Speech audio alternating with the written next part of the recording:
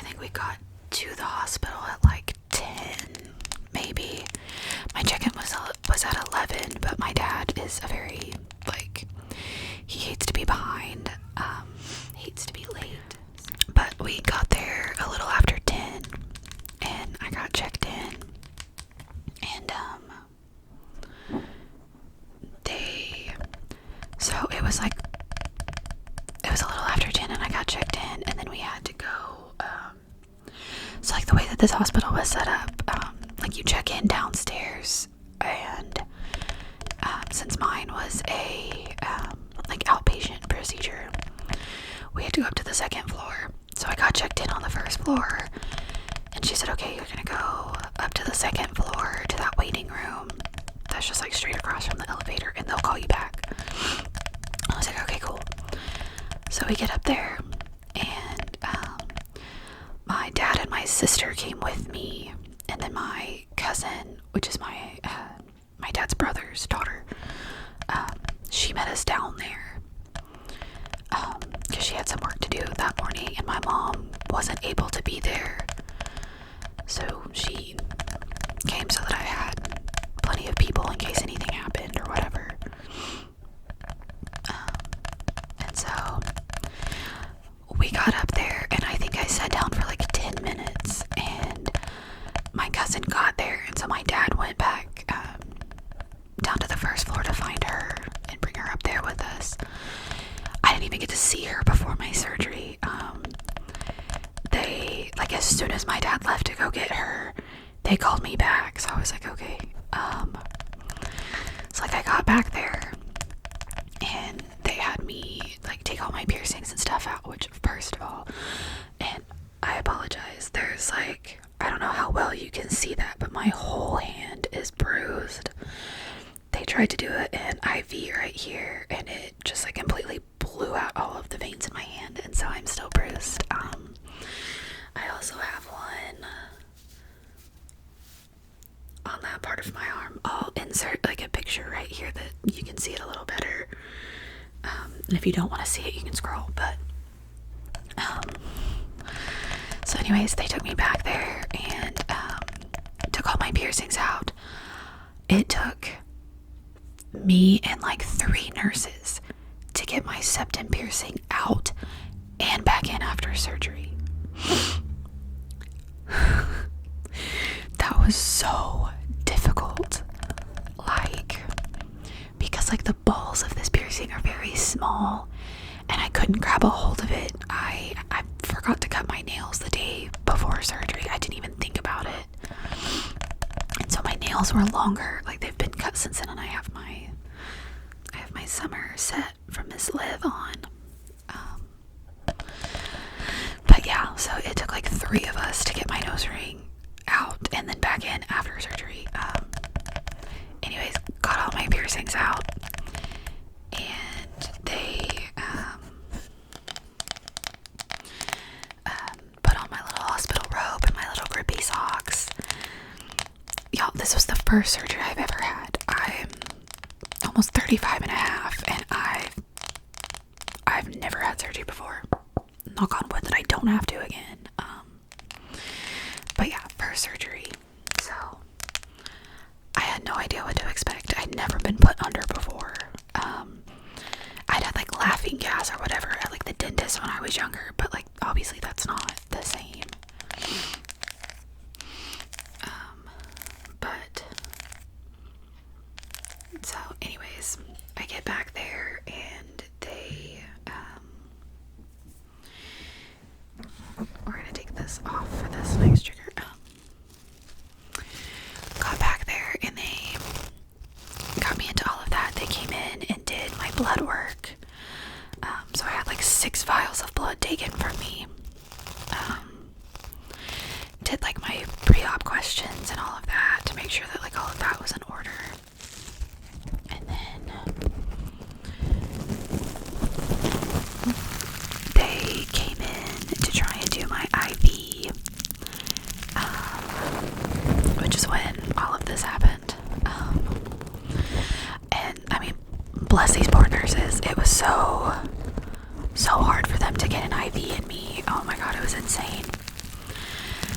So the first nurse tried on my hand because she didn't want to go back in where they had just taken blood out of my arm. So she tried in my hand. That didn't work. So she went and got another nurse, and she tried to put it in like my forearm right there, and that didn't work. Blew all of those veins out, which, I mean, happens to me like any time that I have to have an IV or anything like that. Like my veins are just crap. It just, yeah. Those of you that get it. But so we finally got all of that together, got my IV in, and I think by this time it was like maybe 11:45 or so, like noon, something like that. I wasn't really sure what time it was, but I think it was like 11:30, 11:45. After they got my IV in, my sister came back there for a little bit, because they asked if I wanted somebody to come back there, and my dad's not great in like hospital settings anyway, so I didn't want him to have to come back there and just sit there, because he's not good at just sitting. I love my dad. I'm so grateful for my dad for having taken me to all of these appointments and stuff. He's just not a sitter. He likes to be up doing stuff, and I totally get that. That's totally fair. He's just always been that way. But so my sister came back there for a little bit and talked to me while I was like not out of it, but like they had given me some like Tylenol and like gabapentin, I think it was, before she came back there. So like I was starting to kind of like relax a little bit, and I think she was back there for like maybe 30 minutes, because they took me back like right before 12:30 to like the holding room or whatever. I called it the holding cell the other day, and I know that's not right, but essentially that's what it is. It's a little room where they hold you until the OR is ready for you. So but they took me back there. Hopefully I don't drop any of these little sprinkles. They got me back there, and we were just kind of waiting. The doctor came in and talked to me and was explaining that there were a couple places that may need a little more attention when she got in there, which she had kind of said that from the beginning, that she thought that there was going to be an area or two that was going to need a little more, which is fine. So we went over all of that, and I think I was in the holding room for like maybe 10 minutes. I could see like the computer screen or whatever, and it was like right after 12:30 when they took me into the OR. And so they took me back there. All of the nurses and the doctors and everybody that I saw were phenomenal. They were so good. They were very calming, super nice. They absolutely would recommend. I wouldn't recommend surgery because obviously nobody wants to have surgery, but great people, great place. But so they got me back to the OR, and I remember two of the nurses like helping me slide from the one hospital bed onto like the actual like operating table. And the anesthesiologist guy hooked up my IV to like the medicine, and they put the oxygen mask on me, and he told me to take some deep breaths. I remember taking 3 breaths. Gone. Completely gone out. And the next thing I remember is waking up in the post-op. They called it PACU. It's post-acute care unit or something like that. It was kind of cool because they had like a screen in the waiting room. We're gonna use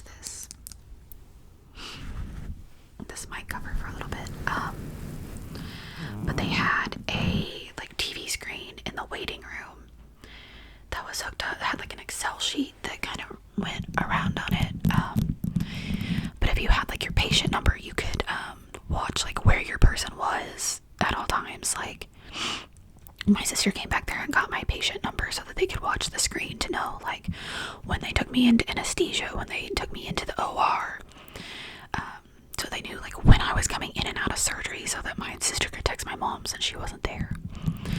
But yeah, next thing I remember is being in the, like, post-op or whatever, and waking up, and,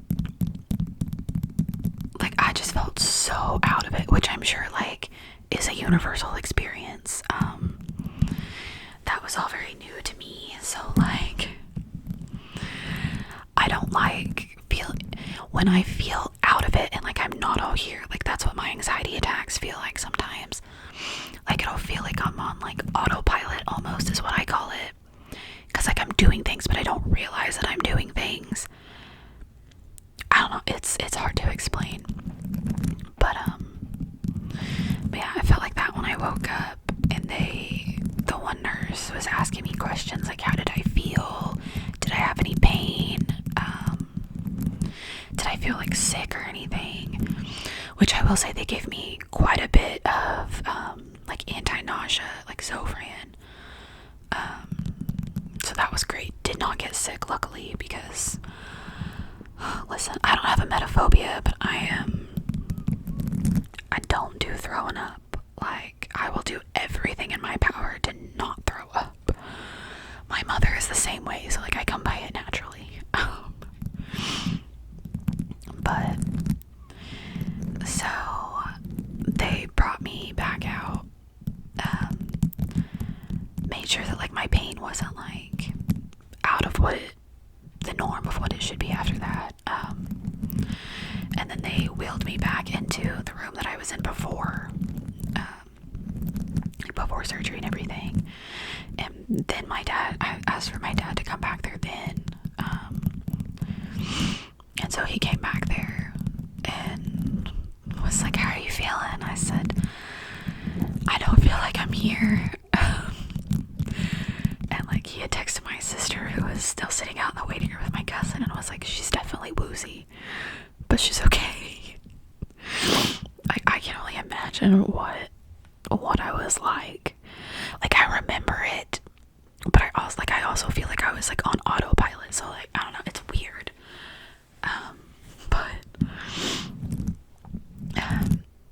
So they, like, went over, like, all of the post-op stuff for me. They gave me more Zofran so that because, like, if I moved at all, like, I felt kind of nauseous. So they gave me Zofran in my IV and then flushed it. So they could finally, like, unhook me from all of that. And then I just kind of sat there laid there for a little bit while I kind of got, like, my bearings back and everything. And they were like, well, we need you to at least get up and pee before you leave so that we know that, like, you're not, like, heavy bleeding or anything before you leave, which, fair. And they gave me, like, which I'm sure is what they give, like, mothers after they have kids, like, the mesh underwear or whatever. They gave me that and a pad so that I was safe. But finally was able to get up. They literally, like, I was in a wheelchair, like, wheeled me to the bathroom, so that I could do that and put the not real underwear on. And then they followed me back to the room with the wheelchair behind me, and I, like, kind of slowly walked back to the room. And so then, like, I was able to get dressed, and by that time, like, my sister and my cousin had come back in to finish going over, like, the post-op stuff, just because, like, I wasn't all here, and I knew, like, my dad wasn't gonna remember all of it. So I think it's probably better to have, like, multiple ears in here. So we went over all of that, and then they finally released me, and then I had to go across the street to, like, the actual doctor's office to get, like, my note for work and everything. We were sitting in the parking lot of the doctor's office while my dad ran in to get my note for me. And, like, I finally got to pull my phone out and check it. It was 4 p.m. 4 p.m. They took me back to surgery at 12:30. And that's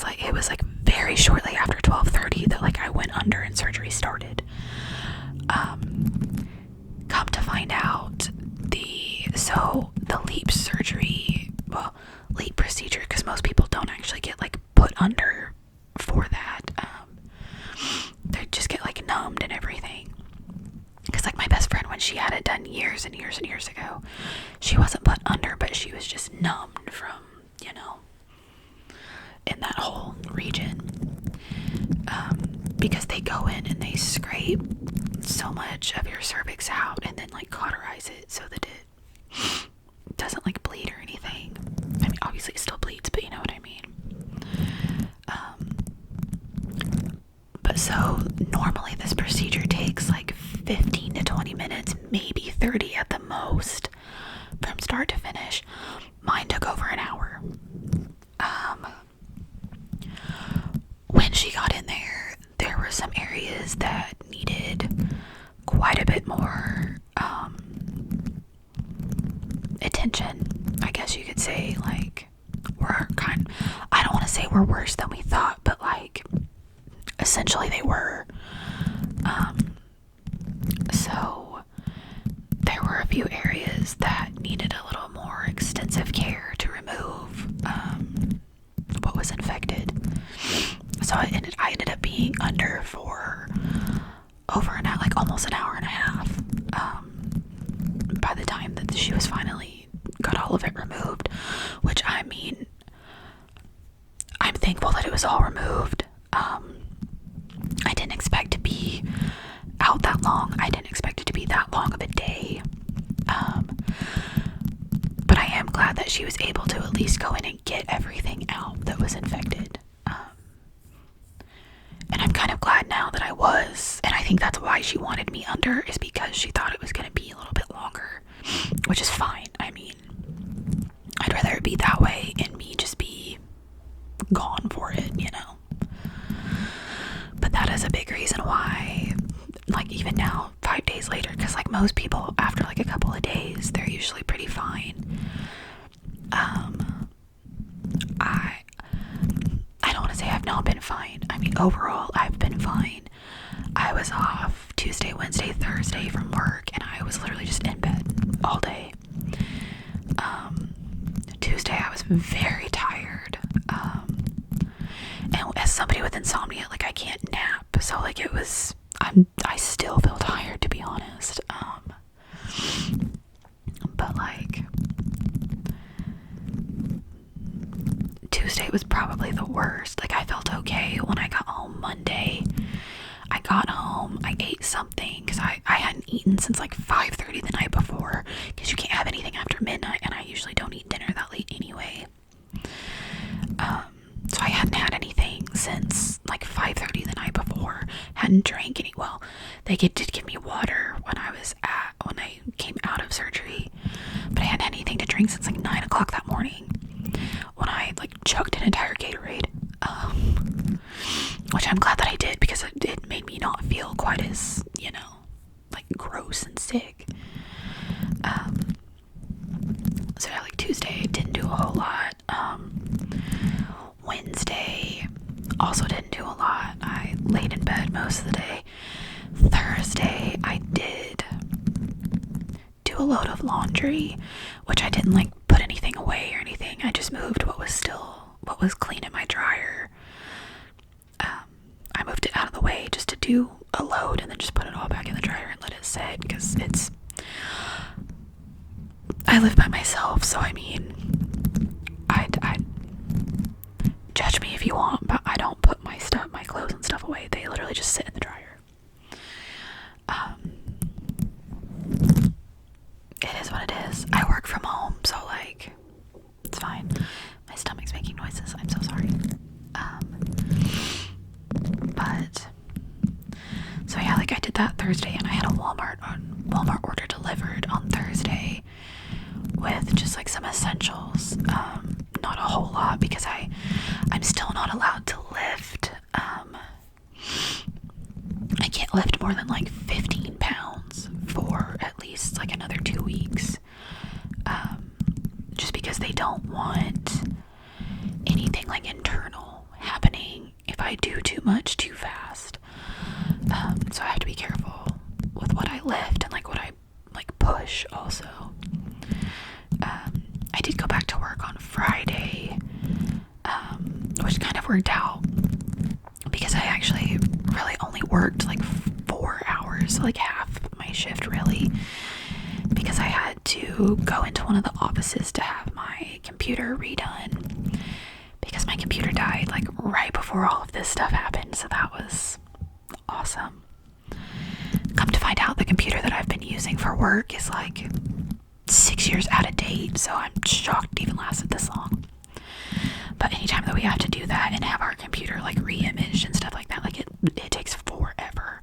There's still some apps and stuff that are not fully done that I'm gonna have to finish on Monday, but that's fine. So I essentially only worked like a half day yesterday, but having to like get out and drive wore me out. And then today, I didn't do a whole lot today. I ran an errand this morning and got coffee, and then came back home and took a shower, and then my sister and I went down to my parents, and then we went to what was supposed to be a craft show that had like 4 vendors. It was so sad. But like even just that little bit, like I'm exhausted right now. And what time is it? It's almost 9 o'clock. So as soon as I finish this, I'm about to get in bed. Like I already told my family, I was like, I don't know if I will go over tomorrow. I'm like, I may just lay in bed all day. Because like I go back to work like a full day Monday and Tuesday, and then I'm off Wednesday for a doctor's appointment, and then I have the other 2 days, and then the week after that I'm off that Monday because I had taken off already, and then the week after that is the only like full week of work that I'm here, like all 5 days that I'm here, because then the week after that Monday is a holiday and we're off anyway. And then the week after that, I'm off that following Monday because that's my post-op follow-up. So I'm thankful for a job that gives us like annual leave, sick time, all of that kind of stuff, because I actually got to use my sick leave for my recovery days. I didn't have to use my annual leave because I had like 84 hours, I think, of annual leave left, because I've taken off some for like different things towards the end of the year. But then I had like 125 or 127 hours worth of sick time because I don't really call in. And so my boss was like, yeah, she was like, it's medical, so like she's like, it counts. She's like, just use that. And I was like, hell yeah. So, and my supervisor's been great. She took over like all of my work for those few days, and like I know it was a lot, and I'm very thankful that she was able to help me. But yeah, so surgery went well. I'm just very tired. I'm still sore, and I'm still cramping. Like I can tell that I did more today than I have in a while, and I'm definitely feeling it. I don't know if you can see, like I just feel like I look tired. Not that I don't look tired like every day of my life, but you know what I mean. But yeah, so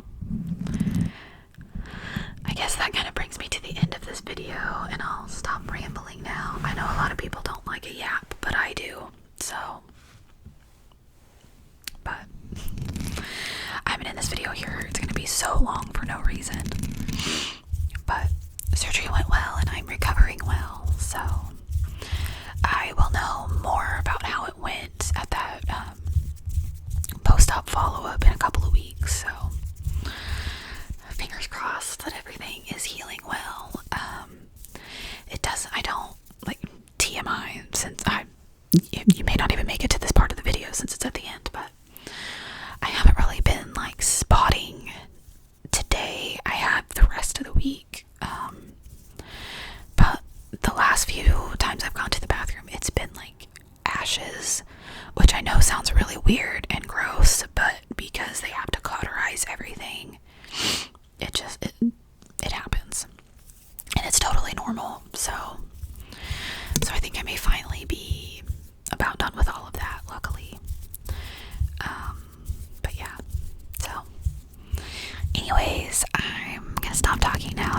video because I'm so tired and I'm ready to go to bed.